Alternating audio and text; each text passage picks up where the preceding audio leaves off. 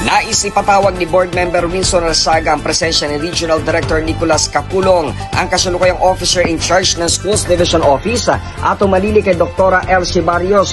Ito ay upang mabigyan linaw mga aksyon at takbang nito kaugnay ng mga kinaharap na isyu sa kagawaran ng edukasyon sa Palawan. Pinagtataka umano na naturambukan ang tila hindi pagpapakita ni R.D. Capulong sa Provincial Board simula nang italaga ito bilang Officer in Charge ng DepEd Palawan.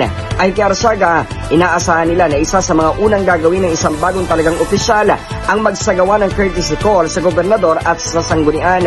Aniya, mahalagang gawain ito dahil katuwang ng DepEd ang pamahalaang panlalawigan sa pagpapatupad ng mga programa at pagreresolba ng mga suliranin sa sektor ng edukasyon. Kabilang sa nais na malinawan ni Arzaga ang mga hakbang na gagawin ng opisyal hinggil sa mga isyong lumalabas sa huling committee meeting ng Committee on Basic Education, partikular ang kakulangan ng guro sa ilang lugar, samantalang may sobra naman bilang sa ibang mga paaralan. Dahil dito nagpadala ng imbitasyon ng sangguniang panlalawigan sa DepEd Palawan upang personal na makausap ang mga opisyal at mabigyan linaw ang mga nabanggit na mga usapin.